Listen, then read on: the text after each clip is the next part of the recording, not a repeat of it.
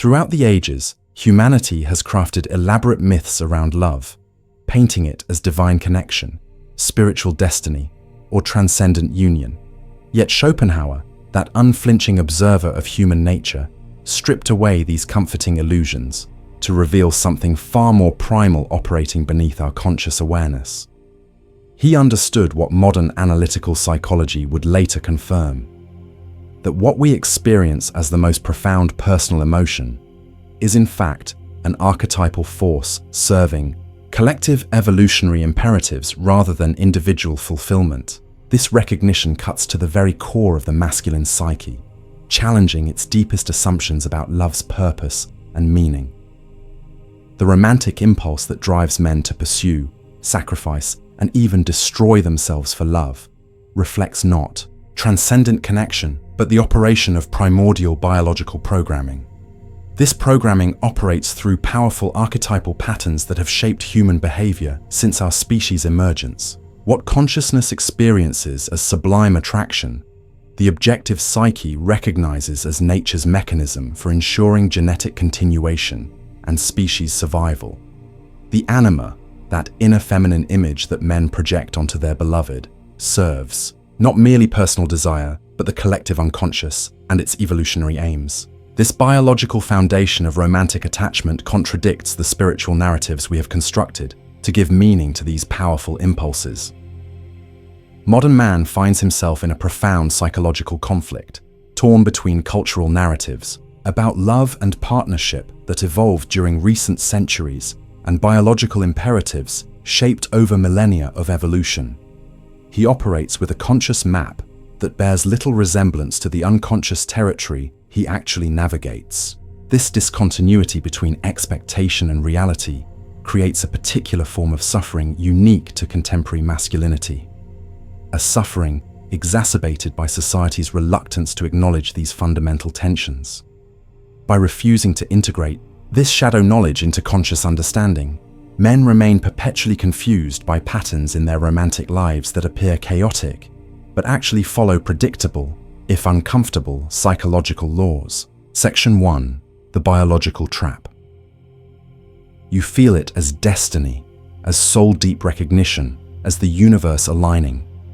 But Schopenhauer would have you understand that this overwhelming force we call love operates more as evolutionary deception than spiritual truth. When that electric attraction consumes your thoughts, what's really happening is your biology working precisely as designed, creating a temporary insanity that ensures reproduction.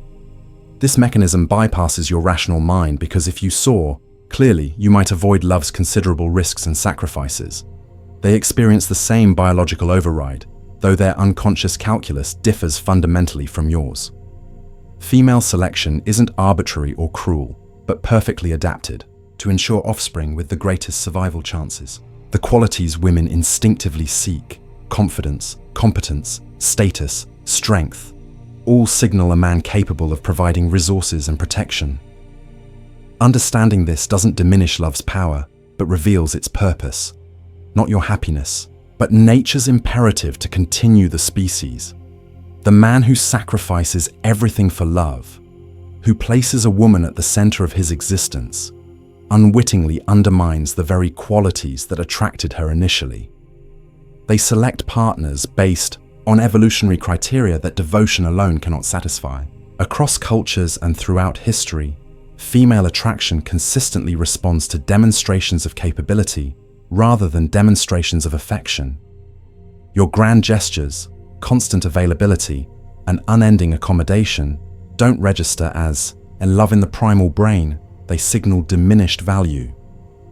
This explains the paradoxical observation that devotion often leads to rejection, while indifference sometimes sparks pursuit.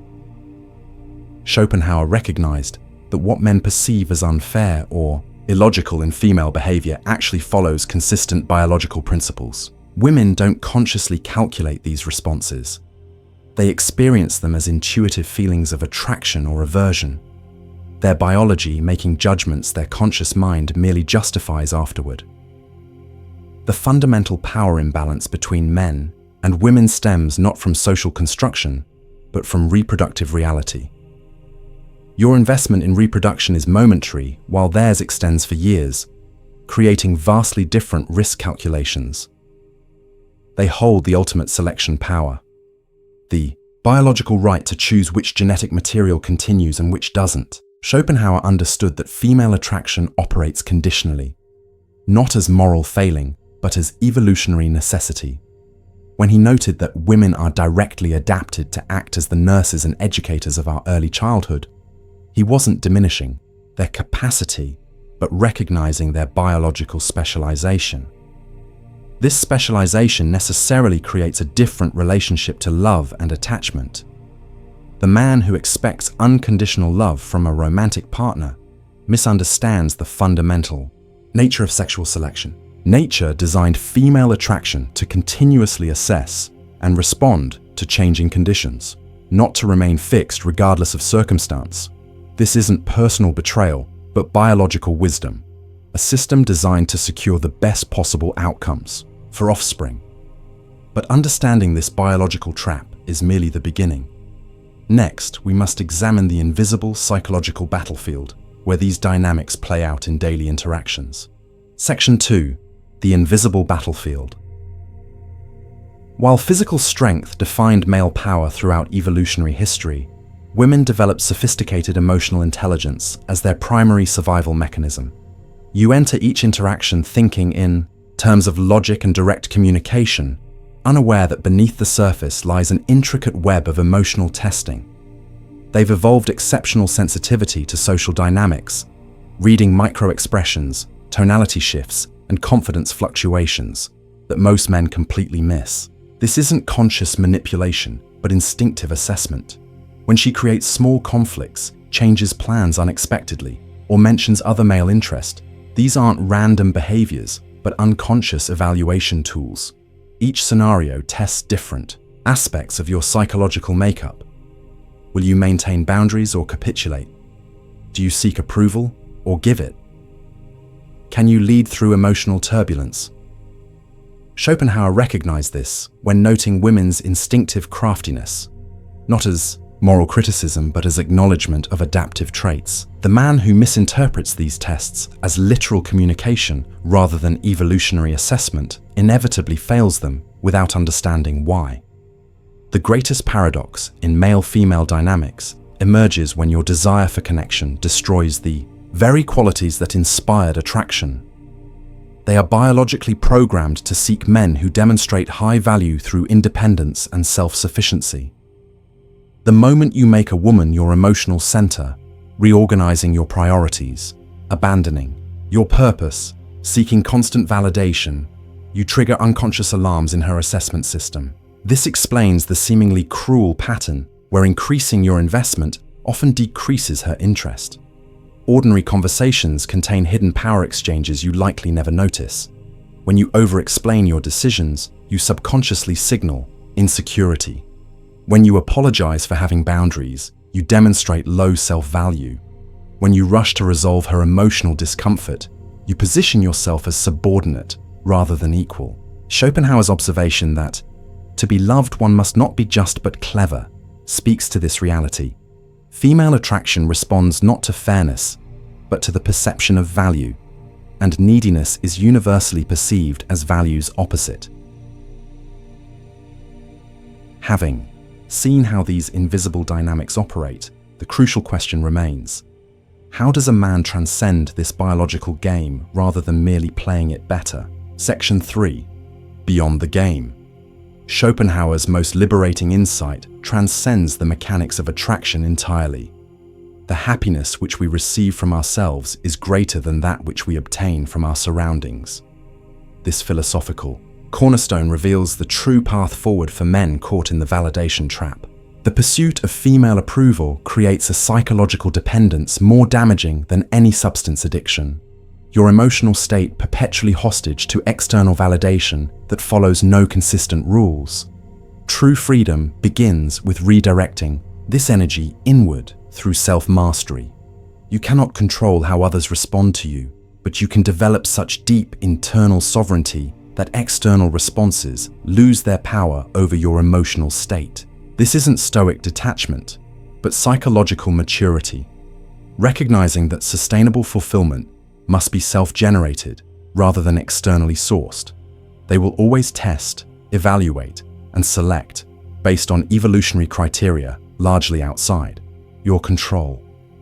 The man who builds his life around passing these tests remains forever trapped in a game where the rules constantly shift, developing purpose.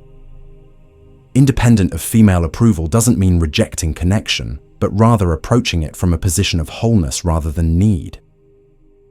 The three pillars Schopenhauer implicitly identified for unshakable masculinity form a practical framework for this philosophical shift. Economic sovereignty creates the freedom to make choices based on principle rather than desperation. As he noted, money is human happiness in the abstract, not for material indulgence, but for the autonomy it provides. Philosophical depth allows you to think independently rather than absorbing cultural narratives that may not serve your well-being.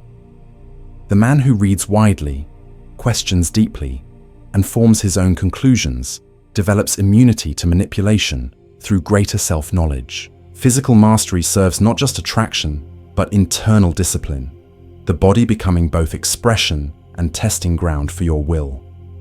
These pillars create a life so inherently rewarding that female validation becomes a pleasant addition rather than a desperate need. Perhaps Schopenhauer's most powerful contribution to masculine psychology lies in his perspective on expectations. The safest way of not being very miserable is not to expect to be very happy. This isn't pessimism, but liberation. When you release the fantasy of perfect unconditional love, you become free to appreciate genuine connection in its actual imperfect form. They respond to this paradoxical shift. When you stop organizing your existence around winning approval, you often receive it more freely precisely because you no longer need it.